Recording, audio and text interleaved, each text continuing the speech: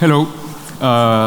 Yeah, as my name is Pablo Nuñez, and I work as a DevOps engineer in Firelay. And Firelay is a managed service provider that is particularly specialized on running Liferay on OpenShift. And to tell you a little bit more about me, I worked more than 6 years as a Liferay developer, so I am also familiar with the good and the pains that comes with developing Liferay portal.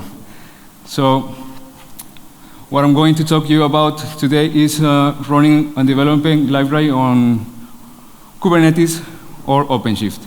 And let me ask you a few questions. Who in the audience has work experience with Docker?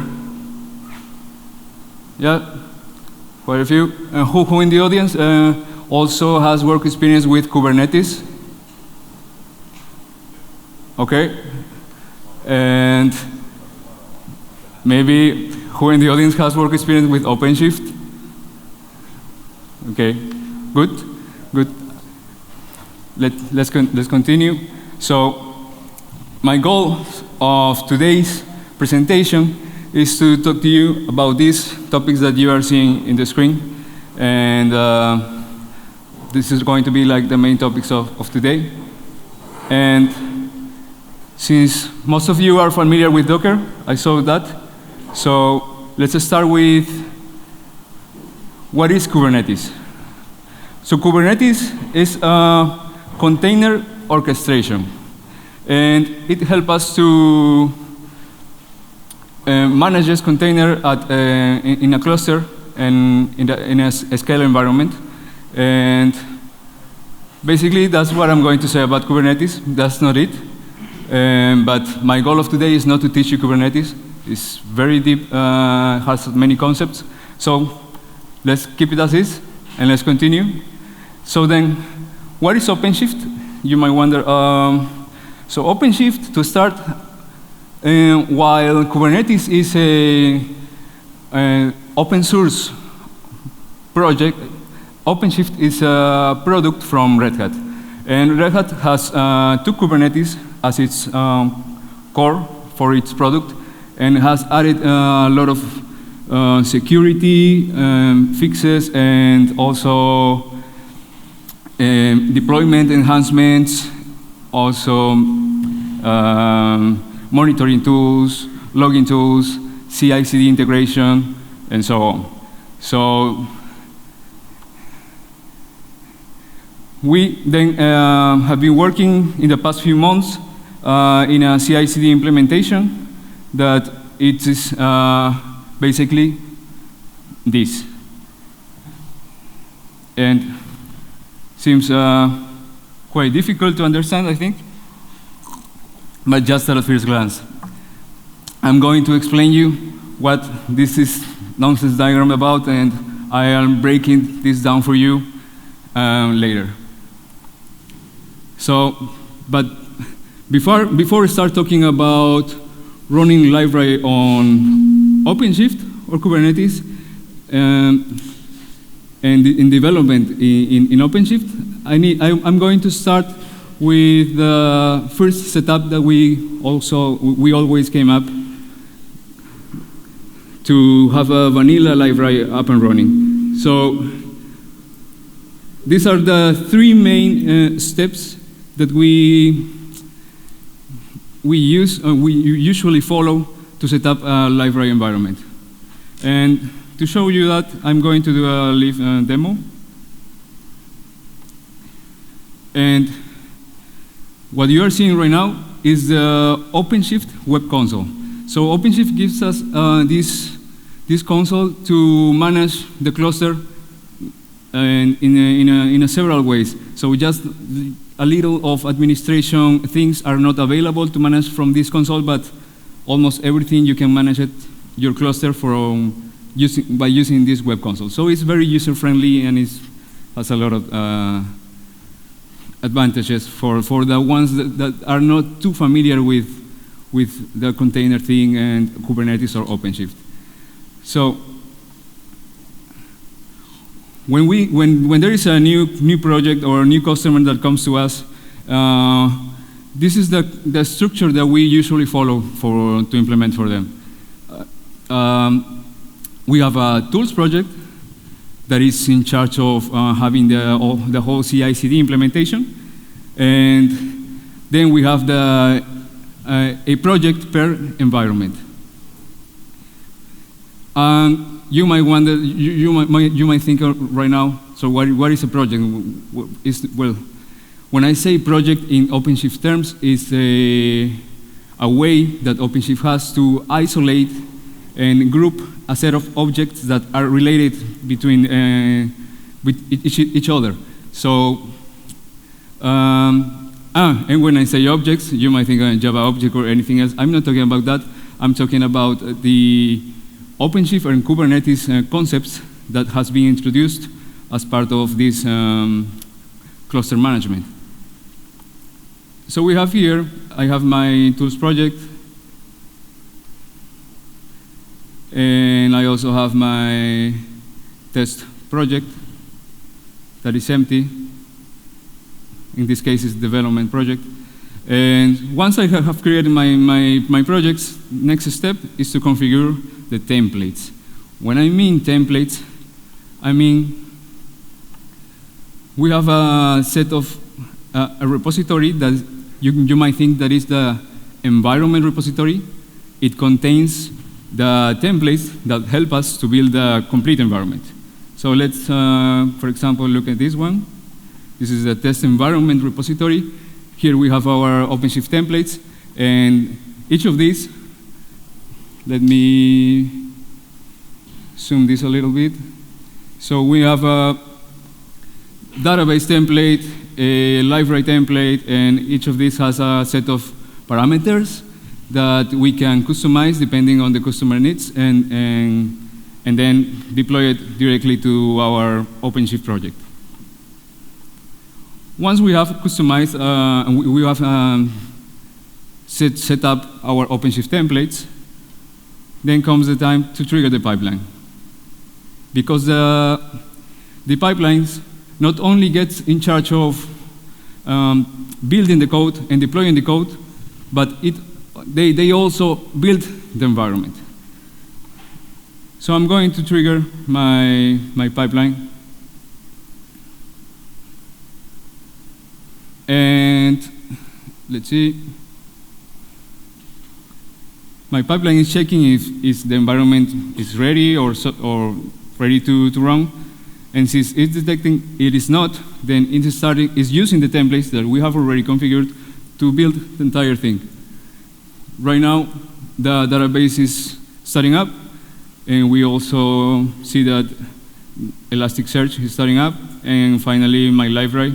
That will take a little bit more because, you know, very nice system and takes more than the others, but just because of that. Each of these circles that you are seeing right now is a representation of a pod. You can see in the bottom it says one pod. A pod is the,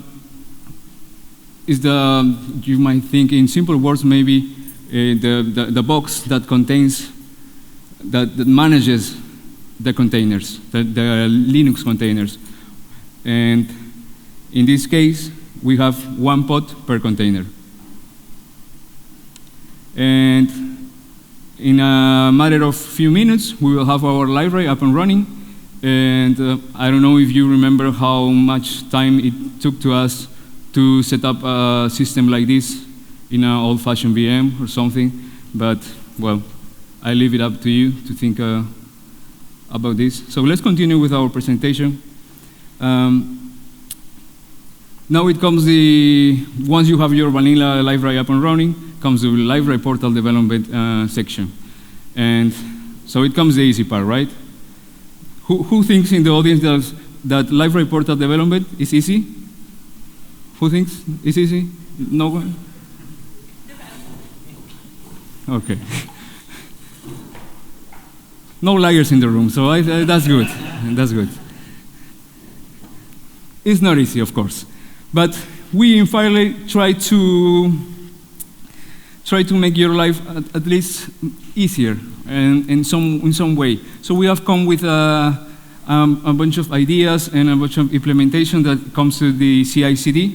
And one of these parts is that we suggest to our clients or our customers is to use a trunk-based development approach.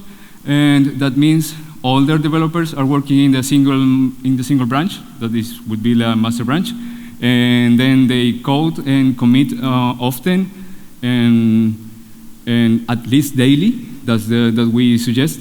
And then as soon as they push, their code would be reflected immediately on the test environment. And once you have a version that you like and you think, let's test it on acceptance, then you create a Git tag and update a configuration file that is located on the environment repository. And if you don't remember, the environment repository is the one that contains also the OpenShift templates. And finally, when you are happy with your version, then you promote that Git tag to production just also by updating the configuration file that belongs to the production environment repository. And then you have your deployment ready. So now I'm going to explain you what I promised you before, that this nonsense diagram is about. So let's start with the boxes that are on the left side. The blue boxes here are representing the environment repositories. So we have three in this case, one for test, one for acceptance, and one for production. And the yellow one at the top, is representing the Liferay workspace, our beloved Liferay workspace that will have a webhook that triggers the dev or the test pipeline to have this continuous integration. So now let's talk about the dev or test pipeline. It's better, I think, if I show you an example of this running, but before I do that, I'm going to say just one thing. This pipeline, we have come up with an idea that has two outcomes. So one outcome is going to be just hot deploy directly to the container, and that applies for any code changes. And the other would be rebuilding the Liferay image. Why do we want to rebuild the Liferay image? That would be if we detect that there is any configuration change. Let's say portal property, or if you want to add a custom jar to your Liferay instance in the cloud, then we rebuild the image, and then you have the properties applied. So now that we have our development up and running, I'm going to show you the whole deploy change. Changing something here, so I'm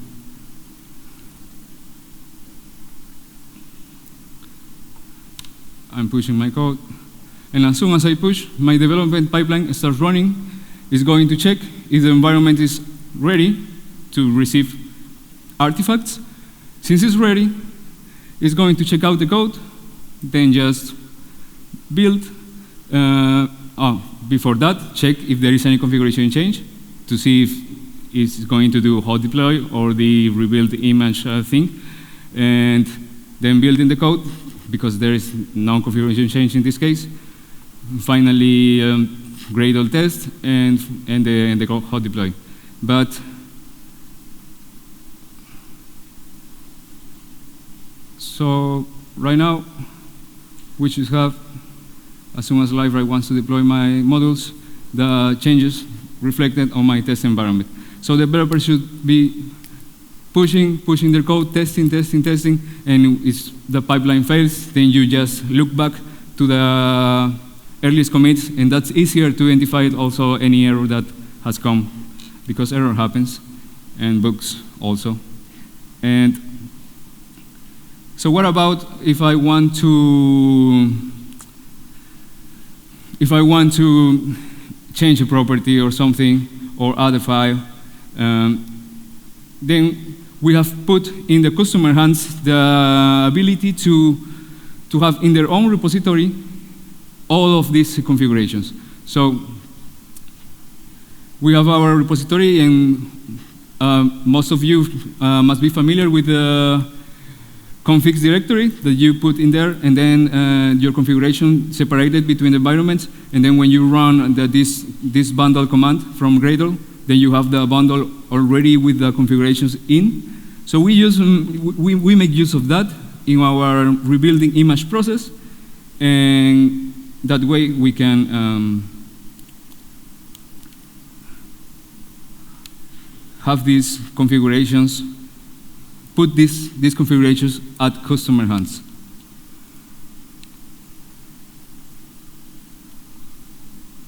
So now we're going to look this pipeline, start running again, but this time it's going to detect that there is any configuration change, comparing the configuration that comes from the repository with the configuration that is currently living in the container, in the Liferay container. It's checking, so it detects there's any configuration change, so it's rebuilding the image. It's called S2I build, because that's a source to image acronym, and I'm going to talk about source to image later. So this will take a longer than home deploy, of course, and that's why we also have to have this check configuration change to not doing this rebuilding image anytime. Let's continue with our presentation. Okay, so now that we've talked about the test pipeline, we are going to talk about the acceptance and production pipelines that are, as I mentioned before, triggered by a webhook that is attached to the acceptance or production environment. You just need to update your Git tag, the one that you have to be in the desired environment, and that's it. So now let's look at the acceptance pipeline. Checks out the code by using the tag that you have specified, then build that code and publish to Nexus your artifacts by using the version that you have specified. And finally, runs the source to image process and promotes the image to the acceptance environment. Then we have our production pipeline that starts checking the environment as well. But before doing any kind of deployment, we call another pipeline that is called the backup restore pipeline. So before any deployment happens, we back up your code by using the tag that you just provide to us, by using the tag that is living currently in production environment. So let's say we have version 1.0 in the production, so we take a backup and we label it with that version, and we store it in there. And then that pipeline is also able to restore. How do we achieve that? We compare the versions, the version that is living in the production from the version that is coming. So we suggest our customers to use semantic versioning, and in that way it's easy to us to compare between versions, that one is coming and the one that needs to be restored, or if the pipeline needs to do a backup, because it's greater or maybe it's lower. And that's basically the pipeline thing. So you might wonder, what are the rest of things that are along with our pipelines? It's basically the tools that pipelines make use of to make this happen. A couple of applications that we have in the tools project is the Nexus artifact. So each customer has its own Nexus server to have that used for storing the artifacts that comes out from the Jenkins just to run the pipelines. And then we have our source to image process that I just mentioned to you before, this is the, I think this is the one of the key processes that we make use to have our Liferay image. And what source to image is, basically, you might think that it's a tool that OpenShift provides us to have a ready-to-run Liferay image directly from the source code. So still might be kind of difficult to understand. You just need to think that there are two images involved. One that is the builder image, and the other that it's the output image, and it's going to be the ready-to-run image. The part of the bottom of the diagram reflects the builder, how do we work with the builder image. So this, in the left side, is just the representation of the Liferay bundles and applications. And then we gather all of those and put it in our private Nexus. And at the bottom of the blue box that is at the bottom is representing our repository that contains all the scripts that are part of the Liferay builder for the source to image. So Liferay builder, those scripts contains, you might think of the instructions of how to get the ready-to-run Liferay image. And those instructions make use of environment variables from OpenShift that we can, so in that way, we can use the same builder for every customer. Because we can say, okay, now we want to use, I want to use my builder, but I want to have a Liferay CE, and that's it. But in the other customer, now I need to use my builder to have a Liferay DXP with this fix pack and with this specific hotfix. Just by setting up environment variables, we can tell to the source to image which flavor of Liferay we want to have. And this is a representation of the source to image builder, because this source to image runs on a build object and from OpenShift, and it has basically condition that, from a lot of conditions that are in place, one of those is we tell to the builder, either you use the disk bundle to build the artifacts, or either just use the disk bundle, but just with the configuration files, and then download the artifacts from Nexus. So that's one of the things that source to image does inside. Just for you, for reference. So now my dev pipeline, the source to image process has finished, and the image is being promoted to the environment. So that means my Liferay is getting restarted, a new pod is being created with a new image that has been pushed.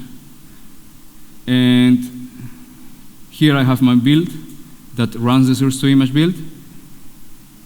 And here I have the environment variables that I set, and I say, and by doing that, I say to the build, okay, put your Liferay CE, or put your hotfix, or put this kind of fix pack, etc. Of course, all of this is also possible to do with Kubernetes, but it will take a lot more effort, and to have also the security that we are able to provide, and to have also the source to image thing that we are making use of. So it is possible to do, but it will take more work, and we have, since our work is more based on OpenShift, so we make use of the OpenShift tools to have this CI/CD. So in conclusion, I think of a lot of benefits that I can tell to you. Choose OpenShift instead of Kubernetes, choose OpenShift instead of whatever other solution. But One of the key things that is worth to mention is that in OpenShift, you can run any application that you want to integrate. So OpenShift is not only meant to work with Liferay, as you might know, or if you know. If you don't, you know it, and you can run your Liferay CE, you can run your Liferay 6.2, you can run your Liferay DXP, you can add integration tool that you might like and see in another place, like a Kicklog, like a custom API tool, and we just wrap it in a container and put it in the OpenShift cluster. So if you want to do some kind of integration between along with your Liferay portal, so bring that to us.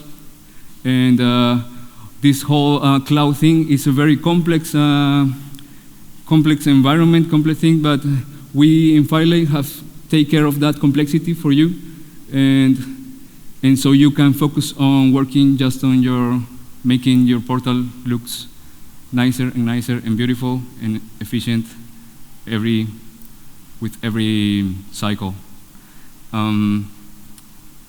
I think that's it. Questions? Oh, okay, if you are not hungry, you can ask something to me.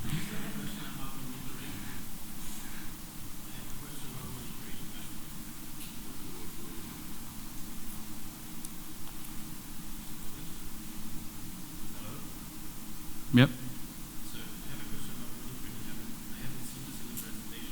What's the monitoring and the log collection? How is it solved in Firelay? I can't hear you. Monitoring in the log collection? Log? How can you save the file? Okay.